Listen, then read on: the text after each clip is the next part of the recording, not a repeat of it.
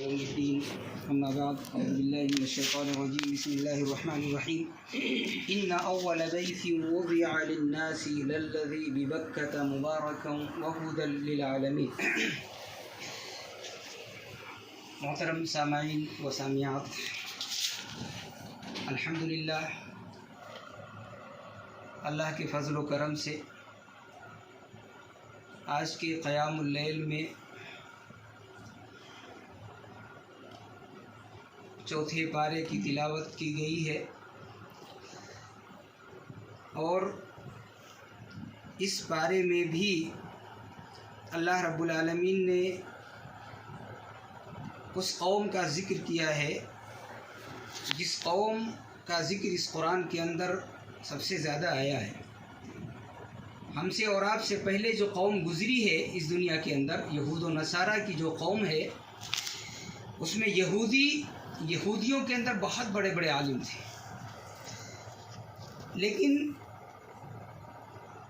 وہ سارے کے سارے شیطان کے چنگل میں پھنسے ہوئے تھے، اور اس وجہ سے انہوں نے تورات کو تقریباً ختم کر کے اپنی مرضی کی باتیں اور آیتیں اس کے اندر ڈال دی تھی.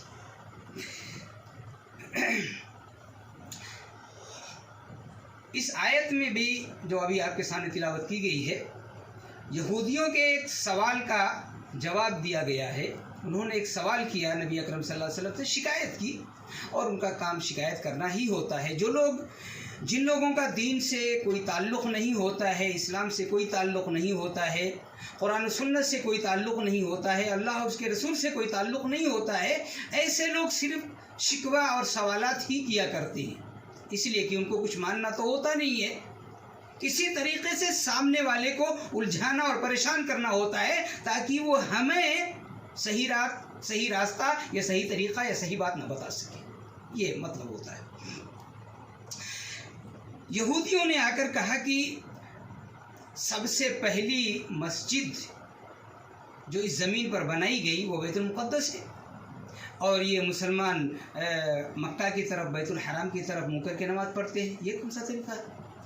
اللہ رب العالمین نے یہ آیت نازل کی، ان اول بیت وضع للناس. اس سرزمین پر جو پہلا گھر اللہ کی عبادت کے لیے بنایا گیا وہ بیت الحرام ہے، جو کہاں ہے؟ للذی ببکۃ، بکہ میں ہے. بکہ یہ مکہ کا پہلا نام تھا جو توریت میں یا یہودیوں کی اور بہت ساری جو کتابیں، جو صحیفے اللہ رب العالمین نازل کیے تھے، ان کے اندر اس کا نام منقول تھا، بکہ نام تھا. یہ بتانا مقصود تھا کہ بکہ کے اندر جو گھر ہے وہ پہلا گھر ہے جس کو اللہ رب العالمین نے اپنے بندوں کی عبادت کے لیے زمین پر بنایا تھا، وہی بکہ ہے. بکہ کے دو مفہوم بیان کیے گئے ہیں، غور سے سن لیں. یہ مفہوم اصل ہے، میں صرف مفہوم بتانا چاہتا تھا آپ لوگوں کو. بکہ یہاں آپ دیکھیں، جب شروع میں پڑھیں گے تو یہاں یہ آیت حج کے سیاق میں آئی ہے، اس لیے بکہ کا ذکر ہے یہاں پر، بکہ. اور سورہ فتح میں جب آپ جائیں گے 26ویں پارے کے اندر تو وہاں مکہ کا ذکر ہے، اور وہاں مکہ کا ذکر اس لیے ہے کہ عنقریب مکہ فتح ہونے والا ہے، اس لیے مکہ کا ذکر ہے. یہاں حج کا سیاق ہے، اس لیے بکہ کا ایک مفہوم یہ بیان کیا گیا ہے. اس کے معنی ازدحام کے ہوتے ہیں، بھیڑ جسے کہا جاتا ہے، بھیڑ عربی میں ازدحام کہتے ہیں. بھیڑ کے معنی میں آتا ہے کہ بہت زیادہ بھیڑ جہاں ہوگی وہ اللہ رب العالمین کا پہلا گھر ہے. بھیڑ کے آپ دیکھیں، آپ سرچ کریں اور بیت اللہ شریف ابھی دیکھیں، ابھی تراویح کی نماز بھی ہوگی، ماشاءاللہ ہو رہی ہوگی، 12-12:30 بجے کے بعد آپ دیکھیں گے تو وہاں تراویح کی نماز چالو ہوتی ہے. وہاں آپ دیکھیں گے تراویح کی نماز چل رہی ہے، لوگ تراویح کی نماز پڑھ رہے ہیں، اور بہت بڑا مطاف ہے. مطاف نہیں جانتے ہوں گے. بیت اللہ شریف جو غلاف سے ڈھکا ہوا ہے، جہاں پہ ایک دروازہ دکھ رہا ہے، جہاں حجر اسود بھی دکھ رہا ہے، اور حتیم دکھ رہا ہے، جہاں پہ لائٹ لگی ہوئی وہ دکھ رہا ہے، وہ حتیم کہلاتا ہے. 3-4 فٹ کی جو دیوار ہے وہ حتیم کہلاتی ہے، اس پر لائٹیں لگی ہوئی ہیں. اور جو تقریباً 10 یا 11 فٹ کا جو پورا گھر بنا ہوا ہے وہ بیت اللہ شریف ہے. وہاں پر ایک دروازہ دکھ رہا ہے، دروازہ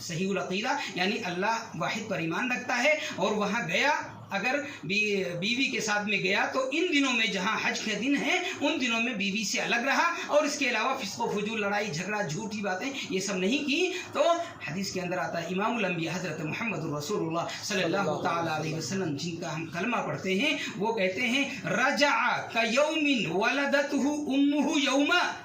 وہ مکہ سے جب حج کر کے طواف افاضہ کر کے جب لوٹتا ہے آخری طواف بیت اللہ شریف کا آخری طواف کیا جاتا ہے طواف افاضہ کہلاتا ہے. جب وہ طواف افاضہ کر کے نکلتا ہے مکہ سے تو وہ ایسے نکلتا ہے جیسے کہ آج کے دن اس کی ماں نے اس کو جنا ہو پیدا کیا ہو. وہ گناہوں سے ایسا پاک و صاف ہوتا ہے. تو مکہ کے بھی دو معنی ہیں اور بکہ کے دو معنی ہیں. بکہ کے دو معنی ایک ازدحام اور بھیڑ اور دوسرا یہ کہ بری نظر سے دیکھنے والے کا صفایا کرتا ہے اللہ رب العالمین. اور مکہ کے معنی یہ کہ ایک تو اس نے پانی کو چوس لیا ہے اور دوسرا یہ گناہوں کو بھی چوس لیا کرتی ہے گناہوں کو ختم کر دیا کرتی ہے. یہ ہے مکہ کے دو معنی اور بکہ کے دو معنی. یہ یاد رکھیں اور یہ بڑی چیز بہترین باتیں ہیں. کبھی کبھی ایسی باتیں ہوتی ہیں نا کہ لوگ ایسے سوال کر لیتے ہیں کہ ہم لوگ جانتی نہیں. تو یہ جنرل نالج کے طور پر ذہن کے اندر رکھیں. اگر ذہن سے نکل جائے تو پھر پوچھ لیں. اس لیے کہ بڑی بہترین باتیں ہیں. اللہ ہمیں قرآن و حدیث کو سننے اور سمجھنے کی توفیق عطا فرمائے. اللہ ہم سب پر اپنا رحم و کرم نازل فرمائے. اللہ اپنے رحم و کرم سے ہم سب کی غلطیوں کو معاف فرما. رب العالمین ہم سب کی نیکیوں کو قبول فرما. الہ العالمین ہم سب کے روزوں کو قبول فرما. الہ العالمین ہم سب کے صلاۃ اللیل قیام اللیل کو قبول فرما. الہ العالمین ہم سب کے دلوں میں اپنی اور اپنے رسول کی محبت کو پیدا کر. مولا ہم سب کے دلوں میں قرآن اور حدیث کی محبت کو پیدا کر. الہ العالمین اپنے رحم و کرم سے جو ہم سے غریب اور محتاج ہیں مولا تو اپنے رحم و کرم سے ان سب کی غریبی اور محتاجی کو دور فرما. مولا جو پریشان حال ہیں رب العالمین اپنے رحم و کرم سے ان سب کی پریشانیوں کو دور کر دے. الہ العالمین جو بیمار ہیں مولا کریم تو اپنے رحم و کرم سے ان سب کو شفا کاملہ و عاجلہ نصیب فرما. رب العالمین ہم سب کے دلوں میں اسلام اور اسلام کے تعلق سے محبت پیدا کر. رب العالمین ہم سب کے دلوں میں اپنے بھائیوں کے لیے محبت پیدا کر. رب العالمین ہم سب کے دلوں سے بغض حسد کینہ کپٹ جیسی برائیوں کو دور کر دے. اللہ ہم سب کو ایک کر دے. مولا ہم سب کو نیک کر دے. رب العالمین ہم سب کو مل جل کر پیار و محبت کے ساتھ رہنے والا بنا دے. آمین یا رب العالمین. السلام علیکم ورحمۃ اللہ وبرکاتہ.